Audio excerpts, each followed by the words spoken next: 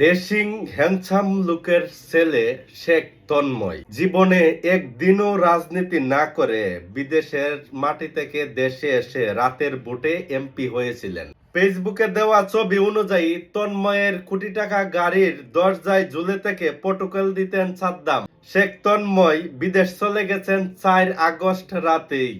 পরের 8 মাস সাদ্দাম অন্তত 20 বার শেখ তন্ময়ের সঙ্গে পুরনো ছবি ভিডিও ফেসবুকে আপলোড করেছেন।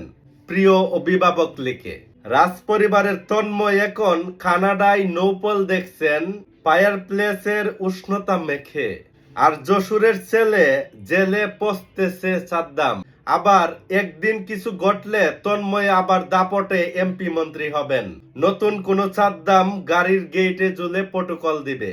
আর এখনকার তন্ময়রা হিমশীতল কানাডায় চলে যাবে বিপদ আসার আগেই। আর এখনকার প্রটোকল দেওয়া সাদ্দামরা জেলে থাকবে। এটাই নিয়তির চক্র, এটাই বাংলাদেশের রাজনীতি। তাই অতীত, বর্তমান ও ভবিষ্যৎ সব সাদ্দামদের বলি, দেখুন শিখুন এই চক্র ভাঙ্গুন। অভিভাবকদের পা চাটা বন্ধ করেন। রাজনীতি অবশ্যই করুন, তবে সেটা মানুষের কল্যাণে। রাজনীতি ভালো জিনিস, কিন্তু পরিবার পরিজন বাদ দিয়ে নেই অন্যায় ভুলে তন্ময়দের নেতা বানাতে মানুষের শত্রু হবেন না। তন্ময়দের জন্য বুট কেটে অন্যের উপর জুলুম করে ঘৃণিত হবেন না। হলে ভোগান্তি এবং ক্ষতি আপনাদেরই হবে, তন্ময়দের হবে না।